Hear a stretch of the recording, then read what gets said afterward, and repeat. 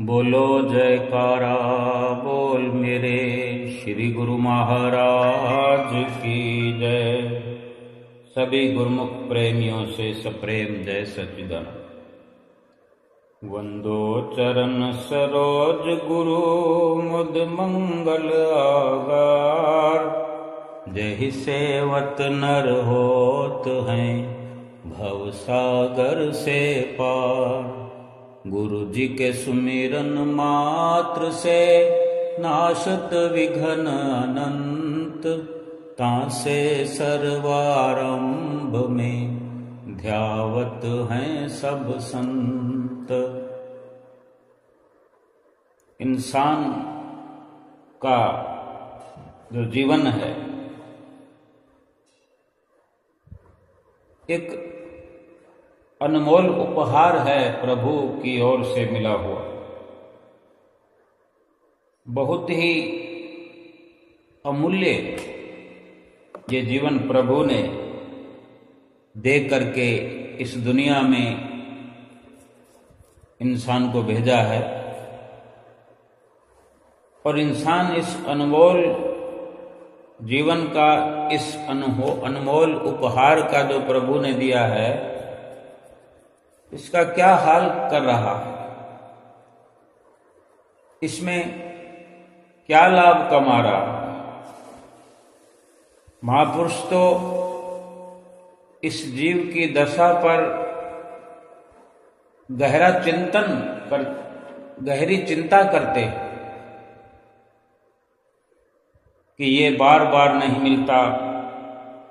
ठीक प्रकार से अगर इस जीवन का सदुपयोग किया जाए, कई प्रकार के दृष्टांतों के माध्यम से समझाते भी हैं, मार्गदर्शन करते हैं कि किसी प्रकार से जीव, ये प्राणी समझ सके कि मैं किस लिए ये मनुष्य तन में आया हूं, मनुष्य जन्म क्यों मिला है। कोई किसी प्रकार के लोभ में लगा हुआ है, कोई किसी प्रकार अपने आप को ऐसा गलतान किए हुए है, मोह में, माया में, काम में, क्रोध में, अहंकार में गलतान होकर इस अनमोल जीवन को बेकार कर रहा है, नष्ट कर रहा है। बिना लाभ कमाए ही इसको यूं ही विनाश की ओर ले जा रहा है। बेशक मनुष्य जीवन एक निश्चित समय के लिए मिला हुआ है, जिसका इंसान को पता नहीं कि वो निश्चित समय कौन सा है, किस वक़्त ये शरीर वापस ले लिया जाएगा। लेकिन जब तक हाथ में ये अवसर आया हुआ है मनुष्य जीवन का, तब तक लाभ उठाने के लिए ये जीवन है। एक दृष्टांत है कि एक बार राजा भोज के दरबार में ऐसा सवाल पैदा हुआ, ऐसा सवाल किया गया कि ऐसा कौन सा कुआं है जिसमें गिरने के बाद आदमी बाहर नहीं निकल पाता। वहां दरबार में नहीं कोई उत्तर दे सका। आखिर में राजा भोज ने अपने राज्य के राज पंडित से कहा कि भाई, ये तुम्हारी जिम्मेदारी है, तुम्हें इस प्रश्न का उत्तर 7 दिनों के अंदर लेकर आना। कहीं से लेकर आओ, किसी से भी पूछो, 7 दिनों के अंदर आपको इसका जवाब देना है कि ऐसा कौन सा कुआं है जिसमें इंसान गिर जाता है तो फिर कभी बाहर नहीं निकल जाता। कोई पानी के कुएं की बात नहीं है, ये एक समझने की बात है कि इंसान ऐसी कौन सी गर्त में, कौन सी दलदल में, ऐसा कौन सा कुआं है जिससे बाहर नहीं निकल पाता। ये जवाब देना था राज पंडित को। और राजा ने कहा कि अगर तुमने 7 दिन में जवाब नहीं दिया तो आज तक जो तुम्हें इनाम के स्वरूप धन दिया गया या कुछ और भी नजराने तुम्हें प्राप्त हुए, उपहार मिले हैं, इस सवाल का अगर तुम 7 दिन में जवाब नहीं दे पाए तो वो सभी प्रकार का धन इत्यादि तुमसे वापस ले लिया जाएगा और इस नगरी से तुम्हें, इस राज्य से बाहर कर दिया जाएगा, तुम्हें कहीं और जाना होगा। तो इस प्रकार राज पंडित जो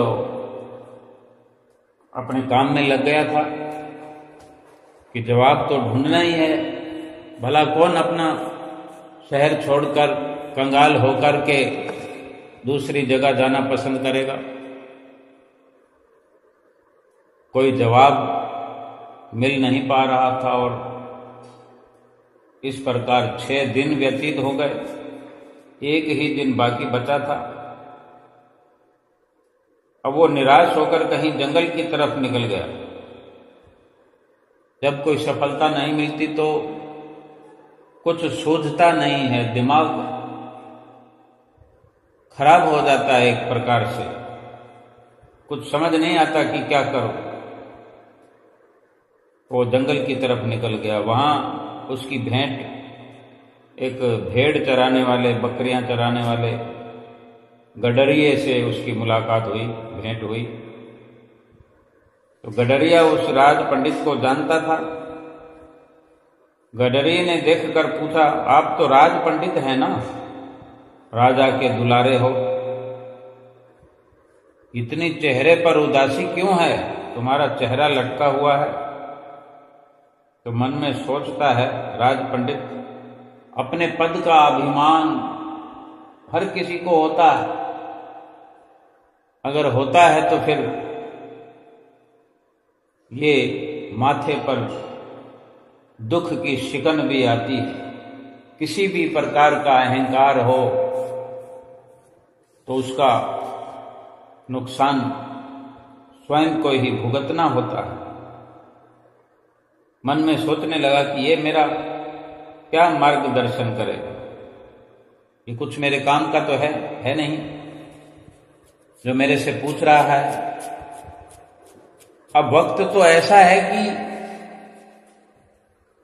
किसी भी प्रकार से उसको वो जवाब चाहिए, कोई भी दे दे, लेकिन मन के अंदर अपने भीतर अहंकार से भरा हुआ है, अभी भी हारा हुआ है, लेकिन अहंकार अंदर समाया हुआ है और ऐसा सोच रहा है कि मैं कहाँ राज पंडित और ये भेड़ें बकरियां चराने वाला गडरिया, ये मुझे क्या बताए जो मैं इसको अपना उदासी का कारण बताऊं।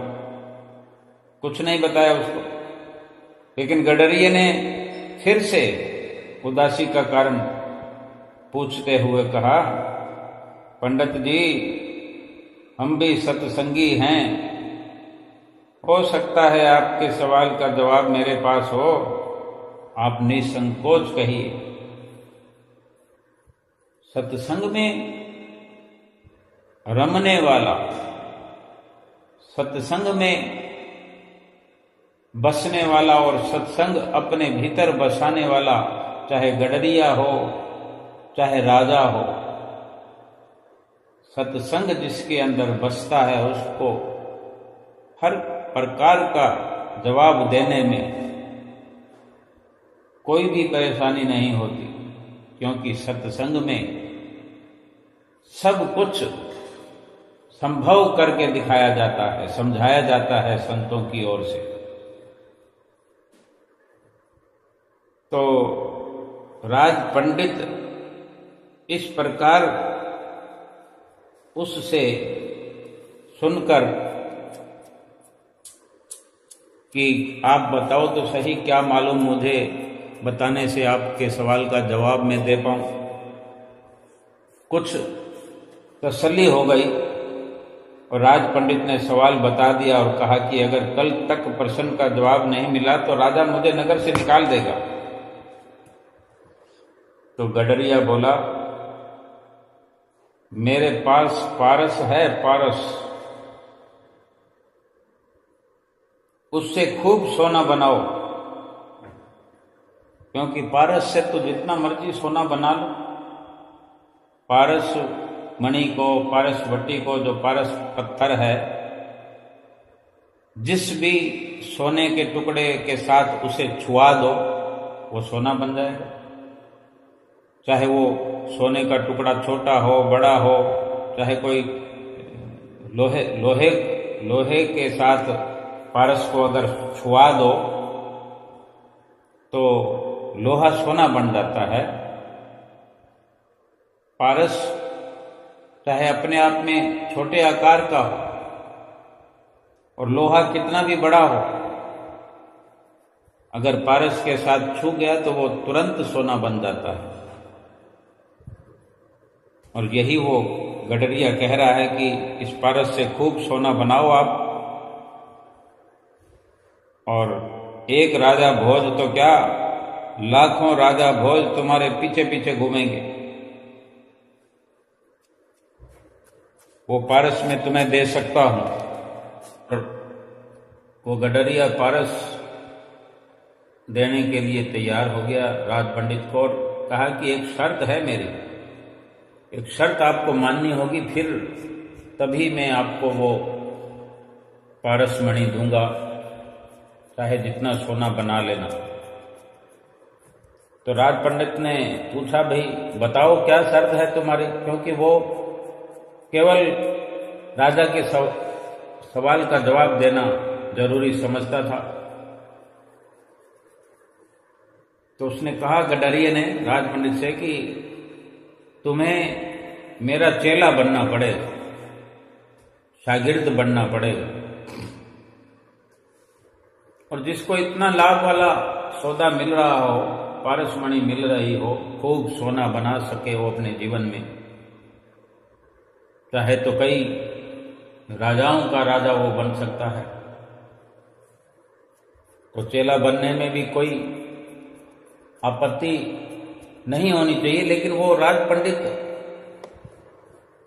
सोच रहा है भीतर कि कहाँ मैं राज पंडित और ये 2 कौड़ी का गडरिया, इसका चेला बनूं, क्योंकि अहंकार से भरा हुआ है। लेकिन अपने स्वार्थ के लिए, अपने मतलब के लिए, चेला बनने के लिए हामी भर दी। तो फिर गडरिया भी बहुत होशियार था। गडरिया जवाब दे रहा है उसको कि ऐसा कौन सा कुआं है जिसमें गिर जाए एक बार इंसान तो फिर वापस निकल नहीं सकता कभी।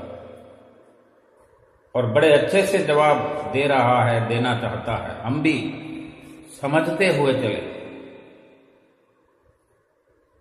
तब फिर गडरिया बोलता है कि पहले भेड़ का दूध पीना पड़ेगा और इसी प्रकार शुरुआत करेंगे। अब चेला बन गया तो सब काम उसके कहने से करना पड़ेगा। कदम कदम पर उसका अहंकार आगे आ जाता था।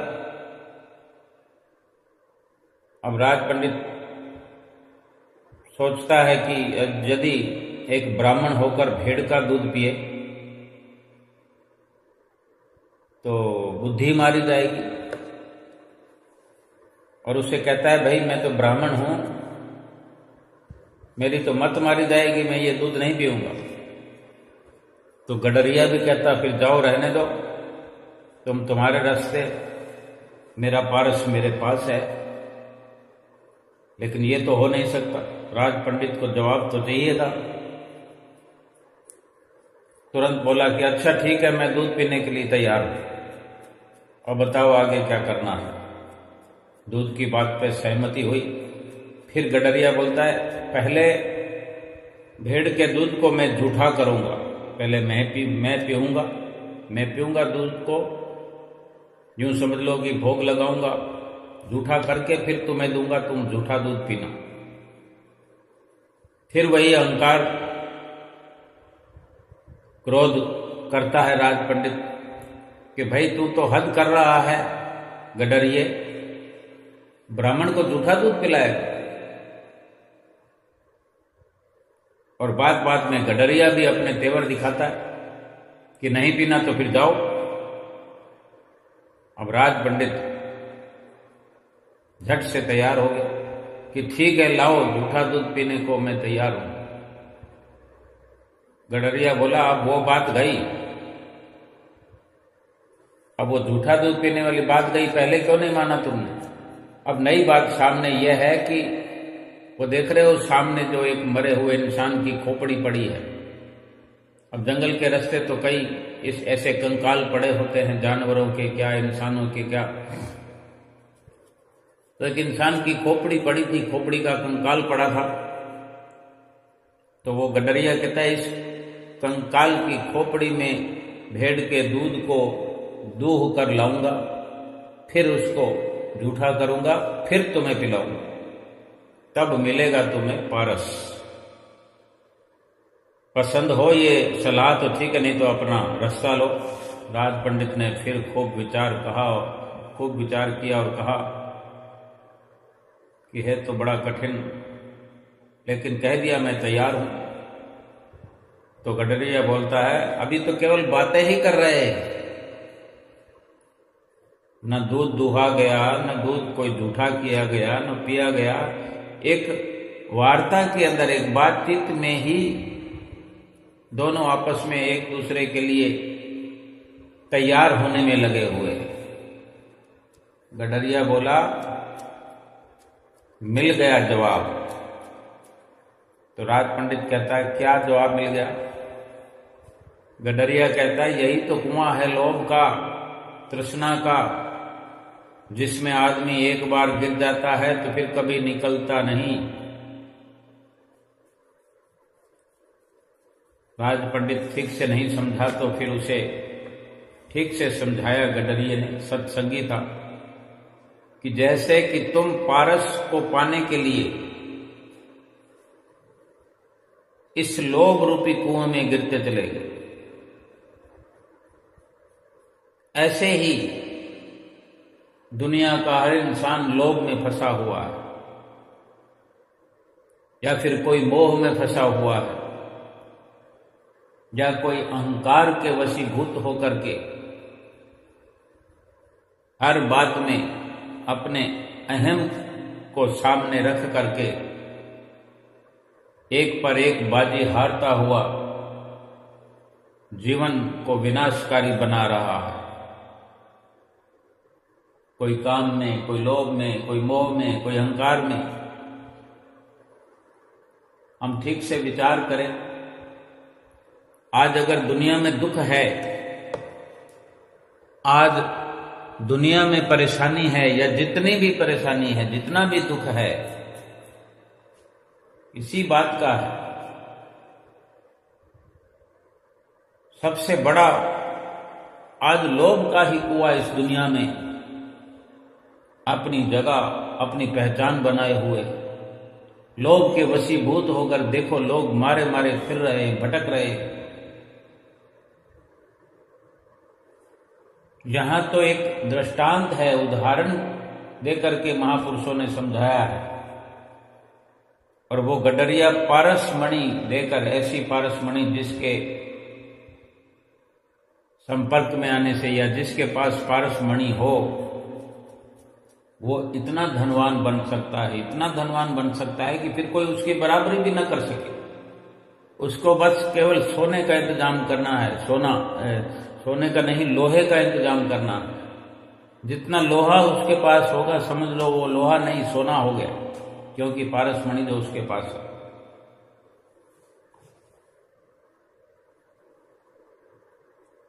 अब अगर हर इंसान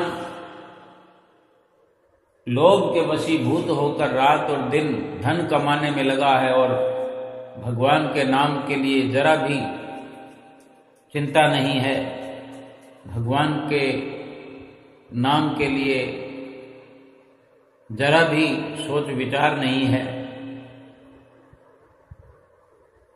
तो छोटी छोटी उपलब्धियों के लिए भगवान के नाम को भुला दिया है। थोड़ा सा धन मिला कि अपना दीन ईमान छोड़ करके उसके पीछे लग जाते हैं। कोई भी लालच देकर हमें कहीं भी ले जा सकता है। केवल एक सत्संगी, सत्य का संग करने वाला, एक संतों की संगत में बैठने वाला, संतों के सत्संग के प्रभाव में आया हुआ व्यक्ति, चाहे वो गरीब हो, अमीर हो, किसी देश का हो, गांव का हो, नगर का हो, किसी भी राज्य का हो, वो लोभ के कुएं में नहीं गिरता। ऐसे क्षणभंगुर सामानों के लिए, धन पदार्थ के लिए अपना दीन ईमान नहीं बेचता। वो मनुष्य जन्म को यूं ही खाली बेकार नहीं जाने देता, क्योंकि सत्संग में ये पाठ पढ़ाया जाता है संतों महापुरुषों की। जिसको शरण मिल गई है, जो संतों महापुरुषों के हुक्म में रहना और हुक्म पर चलना जिसका जीवन है, उसने ये समझ अख्तियार कर ली है कि चाहे जितना भी सोना बना लिया जाए, लोभ के वशीभूत होकर जितनी भी माल मिल्कियत हासिल कर ली जाए, सब यहीं तो छोड़ के जाना है। जिस प्रभु ने ये जीवन उपहार में दिया है, ये मनुष्य जीवन क्या है? इस मनुष्य जीवन में उस पारसमणि से बनाए हुए सोने से भी कहीं अधिक लाभ प्राप्त किया जा सकता है, जो यहां छोड़कर जाने को मोहताज नहीं है इंसान। वो कमाया हुआ धन, वो लाभ यहां भी जीव के संग साथ रहता है, फिर बाद मरने के साथ भी लेकर जाया जा सकता है। वो है भक्ति का धन। पारसमणि अगर लोहे को सोना बना सकती है, तो वक्त के संत सतगुरु सोने से भी बढ़कर इतने सक्षम हैं कि अपने संपर्क में आए हुए किसी भी इंसान को अपने जैसा संत बना देते हैं। वर्णन भी आया है कि पारस में और संत में बड़ो अंतरो जान, वो लोहा कंचन करे वो कर ले आप समान। पारस लोहे को सोना तो बना सकता है, लेकिन लोहे को पारस नहीं बना सकता। सोने तक ही सीमित है उसकी सक्षमता, उसकी ताकत। लेकिन संत अपने जैसा ही हर किसी को बना देते हैं जो उनकी शरण संगति में आ जाए, उनके बताए हुए रास्ते पर चले, उनकी आज्ञा हजूरी में चले, अपने जैसा बना देते हैं कि वो फिर और अपने संपर्क में आने वाले अनेक जीवों को इस दुनिया से, भवसागर से तार सकता है, पार कर सकता है। एक आम इंसान ऐसा होनहार संत बन जाता है संतों की मेहरबानियों से कि वो भी अपने संपर्क में आने पर दूसरों को भव से पार लगाने वाला बन जाता है। और ये भक्ति का धन जो है, इस दुनिया में सुख देने वाला है। और ये भक्ति सतगुरु की रहमत से, सतगुरु के आशीर्वाद से, उनके संपर्क में रहने से, उनकी शरण संगत में रहने से भक्ति प्राप्त होती है। सतगुरु वो परम पुरुष हैं, आम इंसान नहीं है। इंसान का जामा वो हमारे लिए धारण करके अवतरित हुए। एक गुरु का रूप उन्होंने बनाया है, हमें समझाने के लिए, हमें भव से पार लगाने के लिए। उनके पास ये भक्ति रूपी पारसमणि है। ये नाम की जो बख्शिश करते हैं, ये पारसमणि है कि इसी नाम के प्रताप से हम एक एक श्वास को जो लोहे के समान व्यतीत होते जा रहे हैं।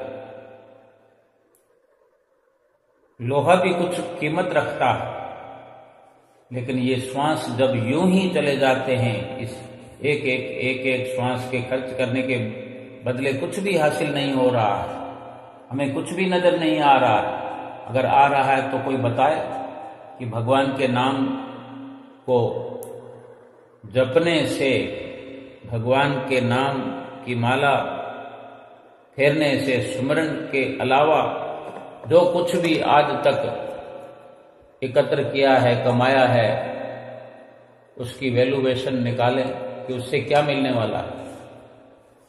करोड़ों का धन पड़ा है बैंकों में, सोना चांदी पड़ा है लॉकरों में, केवल उन्हीं की चिंता में ही तो इंसान लगा हुआ है। रात और दिन पहले कमाने में लगा रहता है, फिर उसको संभालने में लगा रहता है कि कहीं खो ना जाए, कोई चोर लूट ना ले, कोई डाकू डाका ना डाल ले। यही तो जीवन भर इंसान करता रहता है। करते करते करते एक दिन या तो अचानक से बुलावा आ जाता है और चल पड़ता है, या फिर चारपाई पर लेटना पड़ जाए तो पड़े पड़े देखते रहो नोटों को, सोने को, चांदी को, अपने महलों को, माड़ियों को, बड़ी बड़ी गाड़ियों को, नौकरों को, चाकरों को, जो हमें कोई चाय पिलाने आएगा, कोई रोटी खिलाने आएगा, कोई नहलाने आएगा, कोई कंपाउंडर आएगा, कोई नर्स आएगी, कोई दवाई दे रहा है, कोई इंजेक्शन दे रहा है। क्या इसी वक्त के लिए, इसी दिन के लिए धन कमाया था? बड़ी मुश्किलों से क्या इसलिए धन कमाया था? हम स्वयं यकीन नहीं कर सकते। ऐसी घड़ी में हम एक दिन पहुंच जाते हैं कि हमें खुद यकीन नहीं आता कि हम कहां से चले थे। एक वो बचपन के दिन थे जब कोई समझ नहीं थी, कोई समझ नहीं थी। माता पिता ने जो बनाया हम बनना शुरू हो गए। माता पिता ने जो खिलाया हमने खा करके माता पिता के आगे खुशी जाहिर किया करते थे। उनके सानिध्य में पल बढ़कर बड़े होते गए, समझदार होते गए, होनहार होते गए। करते करते आगे ऐसे एक रफ्तार से आगे निकल गए, कब किस वक्त धन के लालच में, लोभ में गलतान हो गए, फंस गए, एक दलदल के अंदर फंस गए।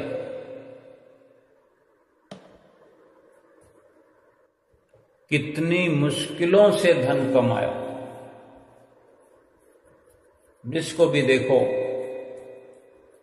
धन कमाने वालों को अपनी स्टोरियां सुनाते हैं कि मैंने ऐसा पुरुषार्थ किया, मैंने ऐसे मेहनत करी, ऐसे मशक्कत की, ऐसे ऐसे जतन किए।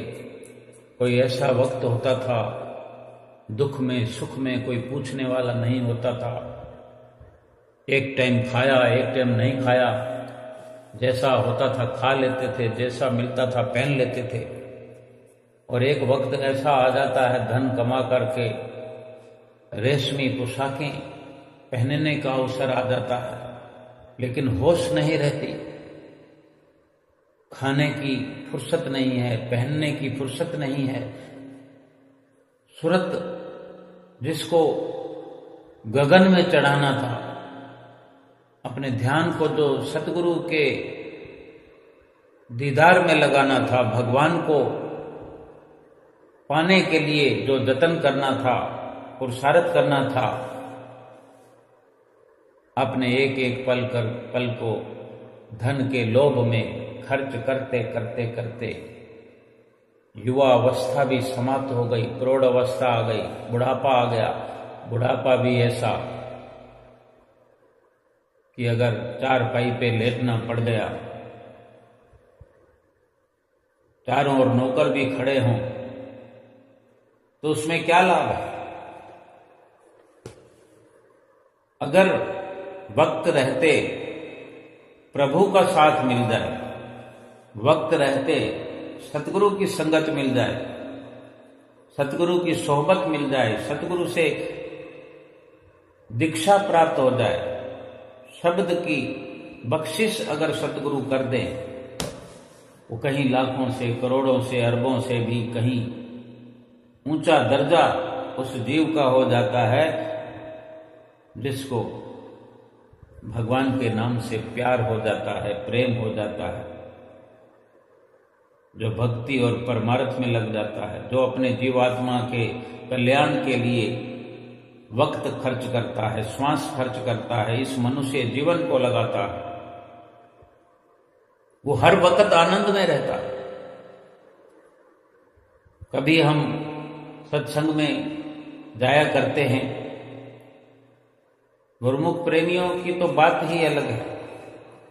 सभी गुरुमुख प्रेमी अनुभव करते होंगे कि जब सत्संग में बैठे होते हैं, चाहे श्री दर्शन हाल में बैठे हों या अपने शहर में, नगर में हों, कुटिया या आश्रम पर बैठे हों, सत्संग हो रहा हो, महात्मा जी सत्संग कर रहे हों, भाईजन सत्संग कर रहे हों, कोई भगत जी सत्संग कर रहे हों, और हमने अगर वहां बैठ करके अपनी सुरती को एकाग्र करना शुरू कर दिया है, सत्संग में एकाग्र हो गए हम, तो एक आनंद की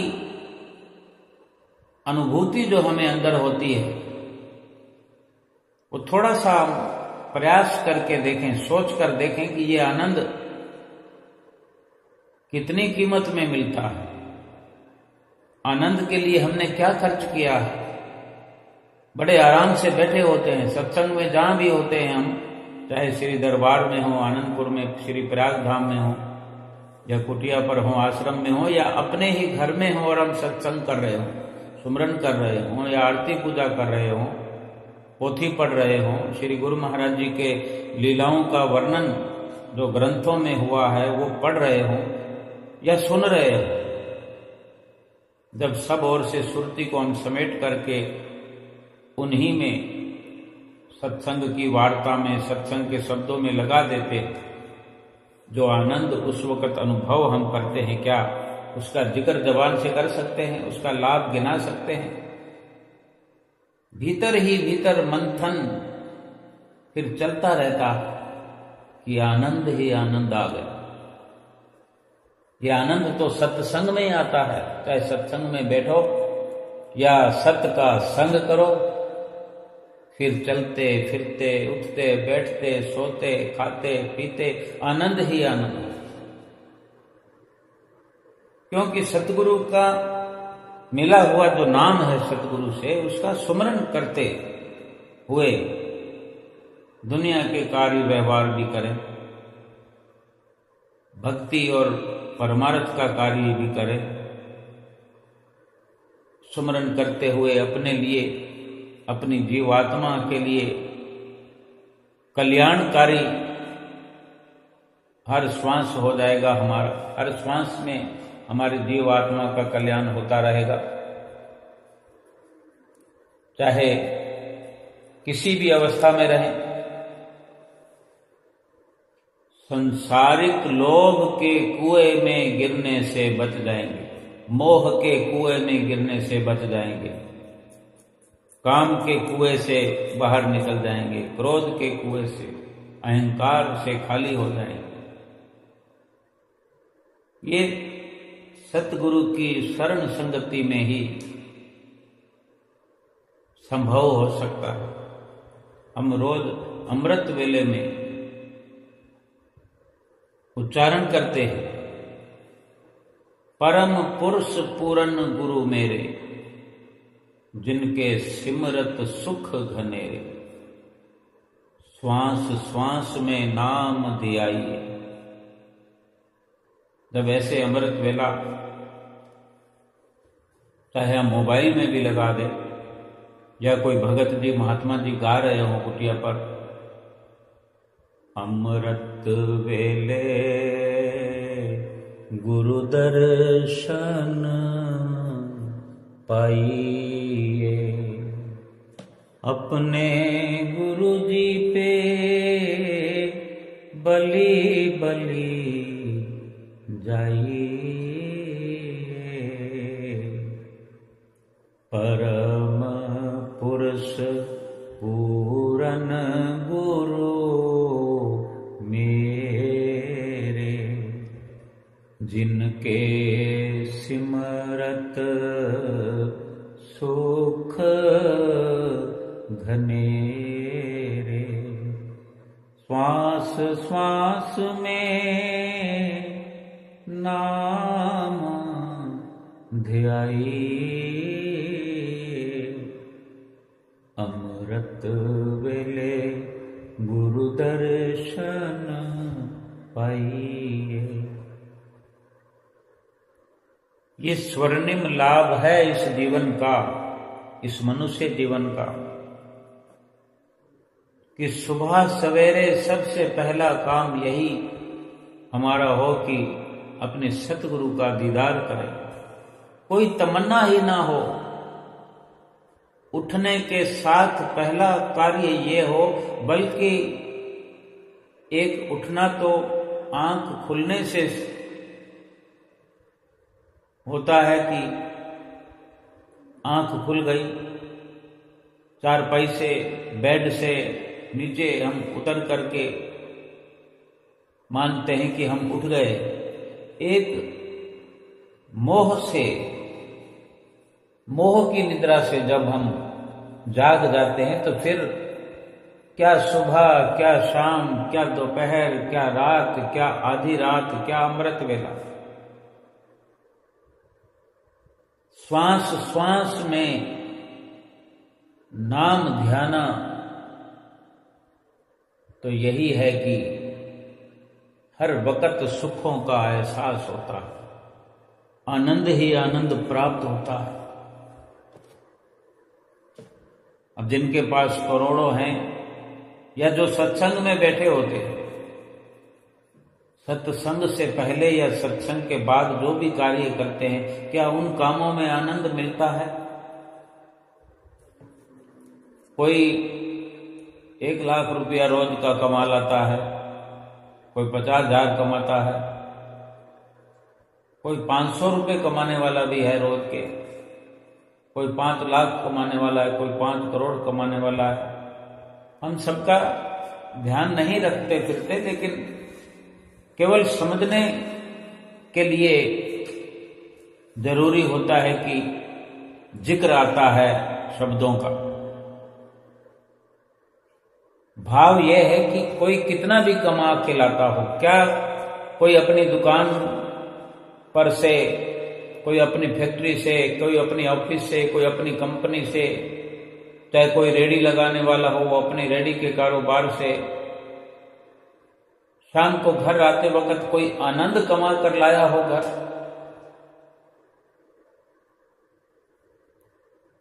कोई कम कमाता हो, कोई ज्यादा कमाता हो, ये सब सुना है, लेकिन कोई ये नहीं कहता कि मैं आनंद कमा के लाया हूं। आनंद तो केवल आनंद के दाता सतगुरु को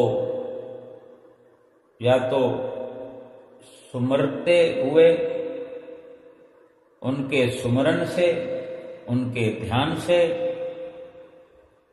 उनकी संगत में बैठने से ही आनंद प्राप्त किया जा सकता है। अगर कोई अपना कार्य व्यवहार करते हुए, अपने ऑफिस का कार्य करते हुए, अपनी कंपनी में काम करते हुए, चाहे रेडी लगाते हुए अगर सतगुरु को सिमर रहा है तो वो दोनों काम करके आता है, धन भी कमा के आता है और आनंद भी कमा के आता है। सबसे खुशी वाली तो बात यही है कि जब गुरुमुख प्रेमी सत्संग में होते हैं तो आनंद कमाते ही कमाते हैं। सुख सच्चा उनको क्या भीतर क्या बाहर मिलता ही मिलता है, लेकिन वो उठते बैठते चलते फिरते दुनिया के कार्य व्यवहार करते हुए भी सतगुरु का मिला हुआ नाम सुमरण करते रहते हैं। खुली आंखों से संसार को देखते हैं, लेकिन इन्हीं आंखों के पीछे जो एक और दिव्य दृष्टि है, जो भीतर अपने दिव्यता है, उसके माध्यम से सतगुरु का ध्यान करते रहते हैं। सूक्ष्म तौर पर सतगुरु के ध्यान में लीन रहते हैं। कोई सौदा ले रहा है, कोई सौदा दे रहा है, लेकिन अपने तसव्वुर को अपने इष्ट देव सतगुरु के साथ में जोड़े हुए हैं, अपने ध्यान को उनके साथ लगाए हुए हैं। जो सतगुरु के शिष्य होते हैं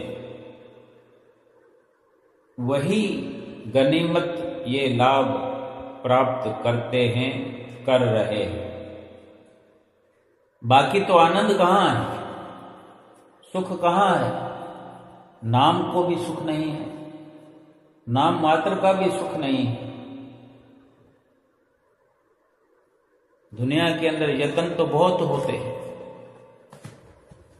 कोई अपने शरीर को पाल रहा है, पोष रहा है, पौष्टिक खुराक खा रहा है, सुंदर मखमली कपड़े, रेशमी कपड़े पहन रहा है, मखमली गद्दों पे आराम कर रहा है, बड़ी बड़ी लंबी गाड़ियों में आजकल हर प्रकार की ये जो बाहरी भौतिक सुविधाएं हैं, भौतिक सुख हैं शरीर के,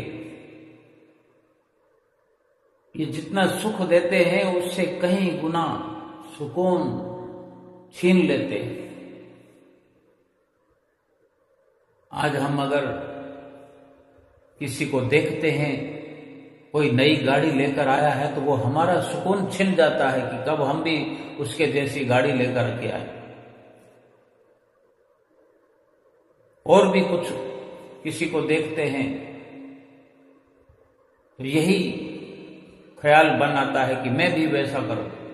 ये सब बाहरी प्रपंच हैं जो एक दूसरे की सब होड़ लगा करके इस दुनिया के अंदर एक दूसरे में तवज्जो लगी हुई है, एक दूसरे के साथ ध्यान लगा हुआ है, एक दूसरे से आगे बढ़ने की एक ललक है कि अगर उससे मैं बराबरी कर पाया तो मेरा जीवन धन्य है, अगर बराबरी नहीं कर पाया तो फिर धोखा, फिर ये मनुष्य जीवन किसी काम का नहीं।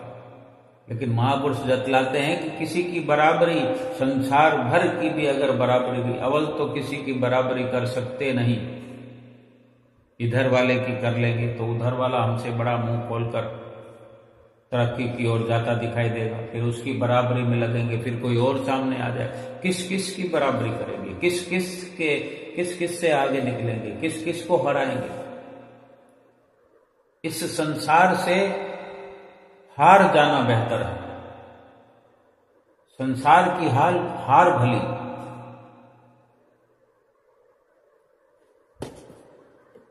क्योंकि जो भगवान के रास्ते पर है, जो भगवान के रास्ते पर आगे बढ़ना चाहता है, जो भगवान को पाना चाहता है, महापुरुष ने फरमाया है कि हरि के जन हारे भले, जीतन दे संसार, हारे हरिपुर जाएंगे और जीते जम के द्वार।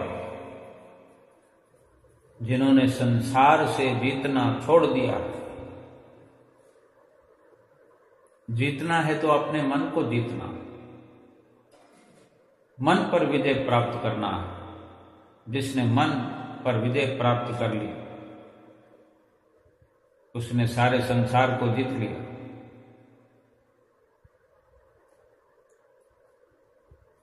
रावण ने यही भूल की थी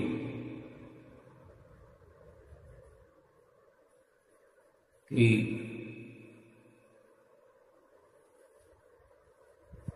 अपने मन को नहीं जीत पाया।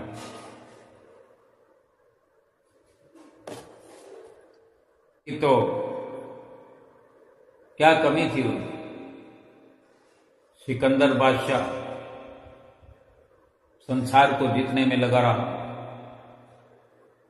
कभी मन को जीतने का प्रयास नहीं किया। जो मन को जीतते हैं फिर उनको संसार को जीतने की जरूरत नहीं पड़ती, संसार तो उनके वश में हो जाता है। संसार की तरफ उनका भागना दौड़ना बंद हो जाता है, क्योंकि समझ आ जाती है कि संसार झूठा है, बेबका है। महापुरुषों के अटल जो फैसले हुआ करते हैं, महापुरुषों की सत्य संगत में बैठने से, उनकी नजदीकी में रहने से, उनके हुक्म को सिर पर धारण करने से ही लाभ मिलता है उनके अटल फैसलों का। वही समझाते हैं कि केवल अपने मन पर काबू जिसने कर लिया है उसी ने आनंद को पाया है और वही आनंद में समाया है। जितना भी संसार में चाहे कोई धन कमाए, मिल्कियत बनाए, माल खजाने बनाए, कुटुंब कबीले बनाए, जो कुछ भी बनाए, जितनी मर्जी जमीन पर कब्जा कर ले, रजिस्ट्री पट्टे बना ले कि ये मेरा है, ये मेरा है, ये मेरे नाम से, मेरे भाई के नाम से, ये मेरे बेटे के नाम से, ये मेरे पोते के नाम से, ये मेरी पोती के नाम से, उन सब के नाम करने के बाद भी वो उन सब में अपना अक्स देखता है, अपनी हुकूमत रखता है। लेकिन सारी हुकूमत यहीं की यहीं धरी रह जाती है। इस धरा का सब धरा पर धरा रह जाएगा। ये नाम जो प्रभु ने, सतगुरु ने हमें बख्शा है, अगर इसको सुमरण करते हैं, सुमरते हैं, तो इतनी समझ आ जाती है कि नश्वर समान को जो इस धरा पर जो कुछ भी है, दृष्टमान रचना जो हम आंखों से देखते हैं, जहां तक हमारी नजर जाती है, इस धरा पर जो कुछ भी है सब इस धरा का धरा पर धरा रह जाए, ये समझ आ जाए तो फिर इसके पीछे भागने की जरूरत नहीं, इसके पीछे दौड़ने की जरूरत नहीं, इसको पाने का लालच नहीं है। जो हाथ से फिसल जाएगा, हर हुकूमत यहीं धरी रह जाएगी, उसके लिए मेहनत करने की, जतन करने की भला क्या जरूरत है? कौन मूर्ख होगा जो मिट जाने वाली वस्तु के साथ अपना प्रेम करेगा, अपना नेह लगाएगा? मिटते सु मत प्रीत कर, रहते सु कर नेह, कहे कबीर इनमें कछु साचो नहीं। जिसने भी नाशवान दुनिया से प्रेम किया, मिटने वाली वस्तुओं से प्रेम किया, वो संसार से खाली गए। जो इस दुनिया के बड़े बड़े बादशाह होकर भी अपने हाथ में कुछ भी लेकर नहीं गए, खाली हाथ इस दुनिया से चले गए। महापुरुष उनके दृष्टांत सुना करके, उनके माध्यम से समझाया करते हैं।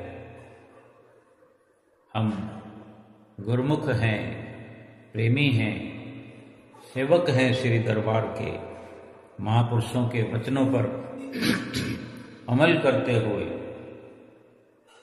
जो 5 नियम हमारे लिए निर्धारित किए उन पर अमल करते हुए, उनकी पालना करते हुए, नित्य प्रति 5 नियमों को निभाते हुए और 2 घंटे भजन सुमरन की सतगुरु की हिदायत हमारे लिए हुआ करती है। रोज समझाते हैं हमें 2 घंटे भजन अभ्यास करें, अपनी आत्मा का कल्याण करें और एक एक श्वास से ये स्वर्णिम जो अवसर मिला है, इस अवसर में एक एक श्वास से सच्चे नाम की कमाई करके भजन अभ्यास के द्वारा अपना लोक सुखी करें और परलोक सुहेला करें।